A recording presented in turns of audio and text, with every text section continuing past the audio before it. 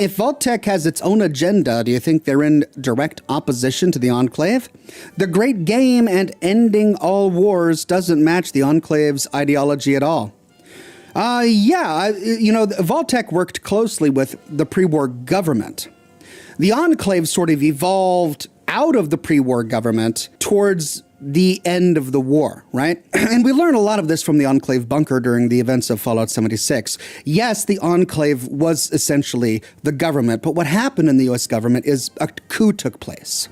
And members of this sect, the Enclave, took over the US government, essentially. And VaultTec never had any interactions with them. They had business dealings with the government, they interacted with the government, but the Enclave that grew out of the government, they never really interacted with them. So it would make a lot of sense for them to have purposes that were at odds, to not align, to have their goals align. Of course, the Fallout show is the first instance where we learned that VaultTec even still exists after the bombs dropped, right?